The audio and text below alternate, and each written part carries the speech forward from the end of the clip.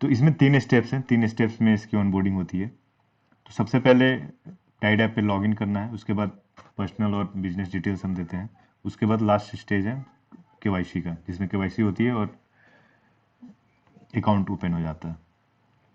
तो देखते हैं पहले स्टेप में हम कैसे इस पे लॉगिन करते हैं।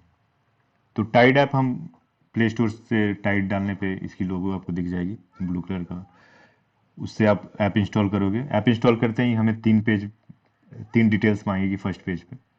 पहला ईमेल एड्रेस, दूसरा फ़ोन नंबर और तीसरा रेफरल कोड। ईमेल एड्रेस हम कोई भी दे सकते हैं, फ़ोन नंबर हमें वही देना है जो आधार से लिंक्ड हो, और तीसरा रेफरल कोड। रेफरल कोड हर टीम का अलग अलग होगा, वो आपको ऑलरेडी मिल चुका होगा। तो रेफरल कोड डालना सबसे ज़रूरी है, क्योंकि रेफरल कोड आप डालोगे तभी हमारे पास रिपोर्ट आएगी कि आपने कितना किया है। अगर रेफरल कोड आप भूल जाते हो तो उसकी रिपोर्ट हमारे पास नहीं आती, क्योंकि सोर्स पता ही नहीं चलता कि वो किसने किया है। तो ये काफ़ी मैंडेटरी है कि रेफरल कोड आप ज़रूर से डालें और सही डालें जो आपको दी गई है। तो ईमेल एड्रेस और फ़ोन नंबर और रेफरल कोड डालने के बाद हम आगे बढ़ेंगे। जैसे ही ये तीनों चीज़ डिटेल्स फिल करने के बाद जब हम नेक्स्ट करते हैं, तो एक वेरिफिकेशन मेल जाता है हमारे मेल आईडी पे, जो मेल आईडी हमने डाला था अभी। अब होता क्या है कि उसको वेरीफाई करने के बाद बहुत सारे एरर्स आते हैं। एरर्स इसलिए आते हैं कि वो क्रोम में नहीं खुलता है। तो ये हमें ध्यान देना है कि जो हम वेरीफाई कर रहे हैं और मेल आईडी हमारा क्रोम से ही, जो लिंक है वो क्रोम से खुले। कोई अदर इंटरनेट ब्राउज़र से खुल रहा है तो वो वेरीफाई नहीं करेगा। तो ये हमेशा ध्यान रखें कि जो भी हम मेल पे लिंक आ रही है वो लिंक हमेशा क्रोम से खुले। फिर उसके बाद ये वेरीफाई हो जाता है। वेरीफाई करने के बाद फ़ोन में लॉक होना बहुत ज़रूरी है, चाहे वो फिंगरप्रिंट से हो या पिन से हो या फिर पैटर्न से हो।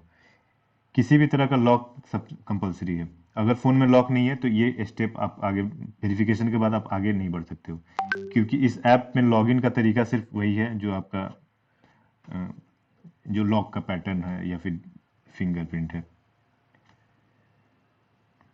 तो यहाँ पे जब ईमेल वेरीफाई करते हैं उसके बाद हमें ये लॉक मांग, अगर फ़ोन में ऑलरेडी लॉक लगा हुआ है तो जो लॉक फ़ोन खोलने के लिए वही हम लॉक डालेंगे। अगर पासवर्ड वाला है तो पासवर्ड हम डालेंगे, पैटर्न है तो पैटर्न यहाँ आ जाएगा।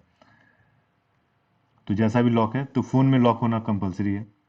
जैसे फिंगर है तो फिंगरप्रिंट से वो ले लिया, तो बायोमेट्रिक्स हो गया उसका। तो ये एक्चुअली लॉगिन का ये वो है, पासवर्ड है।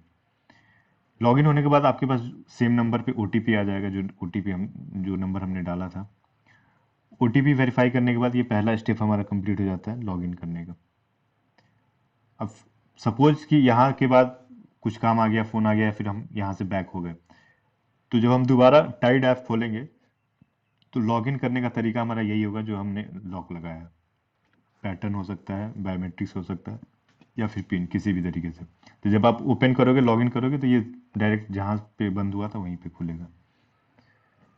दूसरा स्टेप है जिसमें हम पर्सनल और बिजनेस डिटेल्स डालते हैं।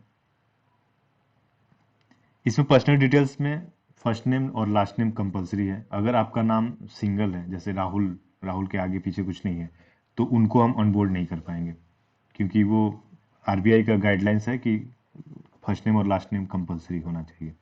तो वो कोई भी बैंक या फिर कोई भी एनबीएफसी अब नहीं कर सकती है, क्योंकि न्यू गाइडलाइंस है। तो इसमें क्या है, इसमें हम first name, last name, date of birth, gender और पैन नंबर इस पेज पे डालते हैं। मिडिल नेम नहीं हो तो भी चलेगा, बट फर्स्ट नेम और लास्ट नेम कंपलसरी है। पर्सनल डिटेल्स फिल करने के बाद हम नेक्स्ट करेंगे और उसके बाद हमारे पास पेज खुल के आएगा परमानेंट एड्रेस का। परमानेंट एड्रेस हम बिल्कुल वही डालेंगे जो हमारे आधार कार्ड पे, सेम एज इट इज़ वही डालना, कुछ भी चेंज नहीं करना। जो अगर 2 बार कुछ लिखा हुआ है 2 बार डालेंगे। जैसे कि आपने देखा होगा कि अगर संजय नगर है तो 2 बार संजय नगर किसी किसी के आधार कार्ड पे लिखा होता है, तो वैसे इनपुट करना है इसमें। पिन कोड वगैरह डाल के ये आधार का बिल्कुल सेम होना चाहिए। दूसरा हमें एड्रेस डालना है जहाँ पे हम कार्ड डिलीवर करना चाहते हैं। सपोज कि मैं दिल्ली दिल्ली में रहता हूँ और एड्रेस मेरा यूपी का है, तो मैं अब दिल्ली में डिलीवर कराना चाहता हूँ, तो दिल्ली का एड्रेस यहाँ डालूंगा और यूपी वाला एड्रेस में परमानेंट एड्रेस में डालूंगा। ये दोनों सेम भी हो सकता है। अगर आपको सेम एड्रेस पे करना है तो आप यहाँ पे क्लिक कर दोगे same as your permanent address, तो ये ऑटोमेटिकली फिल हो जाएगा। उसके बाद ये पर्सनल डिटेल्स हो गया। उसके बाद हमें बिजनेस डिटेल्स देनी है। तो कोई ज़रूरी नहीं है हम इसमें किसी को भी ऑनबोर्ड कर रहे हैं, एक्चुअली ये B2C है, बट इसका मोटो B2B के लिए था, बट B2C में भी कोई प्रॉब्लम नहीं है इसमें। तो इसमें क्या है कि बिजनेस का नाम देना है, आप कुछ भी नाम दे सकते हो। एड्रेस में अगर यहाँ कंपनी एड्रेस में ये सिलेक्ट करते हो तो ऑटोमेटिकली वो आधार का एड्रेस ले लेगा। और यहाँ पे आप क्या करते हो, अगर यहाँ पे लिस्ट में कुछ चीज़ें हैं जो आपसे रिलेटेड हैं, मतलब आपके प्रोफेशन से जुड़ा हुआ है, तो वो सिलेक्ट कर सकते हो आप। अदरवाइज आप कुछ भी अदर का भी ऑप्शन है, अदर सेलेक्ट करके आप आगे बढ़ सकते हो। ये उतना कोई कंपलसरी नहीं है, बट याद रहे कि इसमें जो भी सिलेक्ट करें वो हमें याद होना चाहिए कि मैंने क्या सिलेक्ट किया, क्योंकि वीडियो के वैसे में वो क्वेश्चन पूछते हैं कि आप क्या करते हो। उसके बाद ये करने के बाद हम नेक्स्ट करेंगे। उसके बाद फिर से एक OTP आता है हमारे पास वेरिफिकेशन के लिए। तो उसके बाद ये दूसरा स्टेप कंप्लीट हो जाता है। दूसरे कंप्लीट में सिर्फ पर्सनल और बिजनेस डिटेल्स देनी होती है, जिसमें सिर्फ एड्रेस और हम क्या करते हैं ये देना होता है। लास्ट स्टेप है वीडियो KYC। ये ज़्यादा इंपॉर्टेंट है।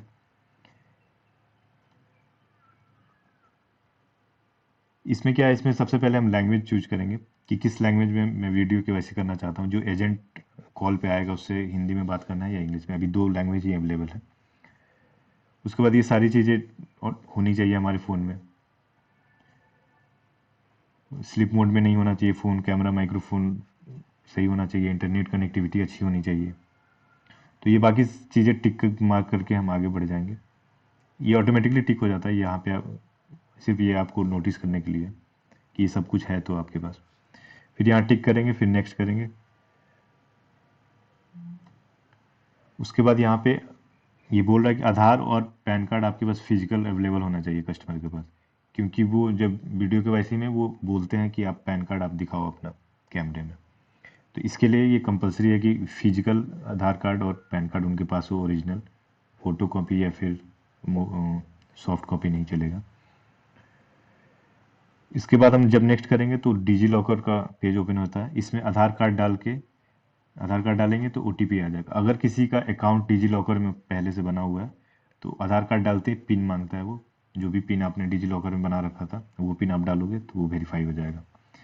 वेरीफाई होने के बाद ये ऑटोमेटिकली जो आधार कार्ड का डिटेल्स है वो अपने आप खुल जाता है यहाँ पे।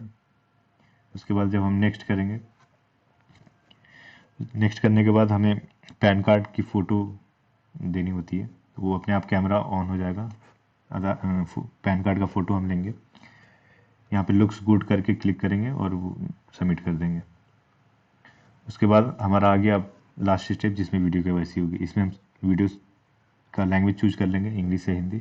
अब यहाँ पे टोकन नंबर का मतलब हुआ कि 3 लोग वेटिंग पे है, तो थोड़ा सा हम इसमें थोड़ा सा टाइम लगता है। अगर 3 लोग वेटिंग पे है तो उनका वेरीफाई होने के बाद हमारा नंबर है 3, 2, 1 ऐसे होते जाएगा धीरे धीरे ये।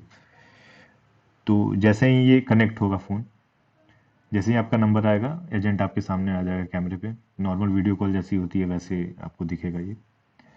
तो ये सिंपल क्वेश्चन पूछेंगे 2-3, जैसे आधार कार्ड पे आपका लास्ट नाम क्या है, डेट ऑफ बर्थ क्या है, आप क्या करते हो। ये मोस्टली यही 3 क्वेश्चन रहते हैं जो 1 मिनट में ख़त्म हो जाता है इनका वीडियो कॉल और वो वेरीफाई हो जाता है। ये ऑटोमेटिकली फ़ोन कट जाएगा। उसके बाद आपको बस यहाँ पे डन पे क्लिक कर देना है।